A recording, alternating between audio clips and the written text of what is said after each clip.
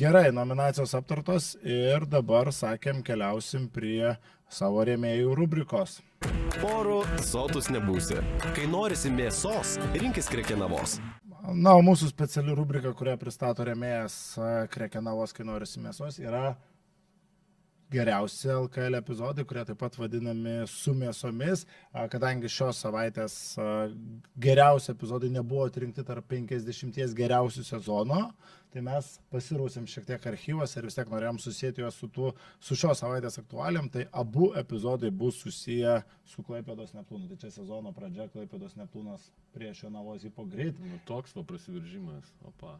Ir Donatas Tarolis. Čia į temą dar atsimenu, kai iš Lietkabelį dirbau, Tarolis, mes su juo esam kalbėjęsi apie tą prasiveržimą į kairę ranką. Dažnai dešiniarankiai mėgsta labiau veržtis į kairę. Tokiose situacijose, klauzauto situacijai. Tai čia matom, koks sprogimukas buvo. Ir nebereikalo, Donatą Tarolį mes čia ne kartą šį sezoną šiame podcast'e paminėjom, tik Klaipėdos Neptūnas jau iš blogosios pusės Arnas Beričko sustabdomas Edriko Hendersoną. Šitaip. Ir Hendersonas, kalbėjom apie geriausiai besiginančių žaidėjus, Hendersonas taip pat prie gerai besiginančių žaidėjų turbūt būtų aukštai. Statistika labai gerai ir kamuolių perima, jo vienas, man atrodo, pirmų pagal perimtus kamuolius, atletiškas ir šiaip jisai pernai sezone žaisdamas paokiais turėjo tą rolę, jisai buvo metikas ir kuris dažnai gindavosi prieš geriausius varžovų žaidėjus.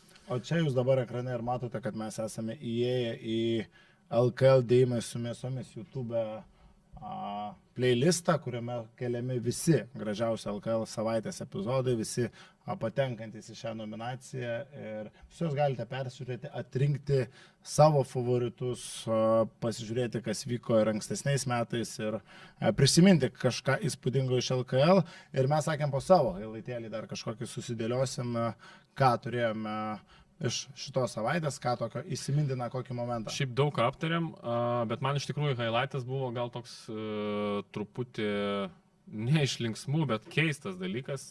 Neatsimenu, kada Panevėžy buvo atvejis, kad fanai nuskanduotų gėda komandai. Tai mano čia buvo highlightas, ta prasme, matyti tą vaizdą buvo labai keista ir tikrai tai rodo, kokiai būsenai dabar yra ta komanda ir ta visa aplinka, sakykime, supančia ją. Toks nemalonus Algio highlightas, aš tai aišku to paprastų kelių nuėjau, ten mėsų gal daug ir nebuvo, bet tas Diarra tritaškis vis tiek vienas turbūt įspūdingiausių, tai nėra game winneris, bet tai yra metimas išplėšęs pratęsimą, gal pratęsimuose vėliau iškovota pergalė, tai toks metimas per rankas, jau kad ten buvo labai sudėtingas metimas Diarra, manau tikrai vertas paminėjimo, tai mūsų epizodai, kalbant apie šitą savaitę, būtų tokie, visus geriausius LKL ir gražiausius momentus, kaip jau minėjau, galite rasti YouTube LKL dėjimai su mėsomis.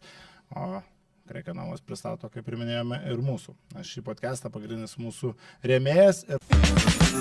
Oru sotus nebūsi. Kai norisi mėsos, rinkis Krekenavos. Nuo 90% mažiau oro, daugiau mėsos. Mes žadėjom Algi? Konkursą.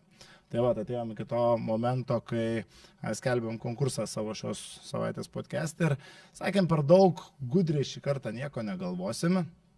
O keliausim tuo paprasčiausiu keliu, tiesiog parašykite komentarą, parašykite galbūt kažkokią pastabą, kažkokį pastebėjimą apie podcastą, ką norėtumėte išgirsti, kas patiko, ko tikitės iš mūsų podcasto, ko tikitės galbūt iš LKL sezono, kažką įdomesnių kampų ir mes kartu dar, sakė, Edgaras Pulkovskis prisidės, išrinksim nugalėtoją, kam atiteks Skaniestai. Taip.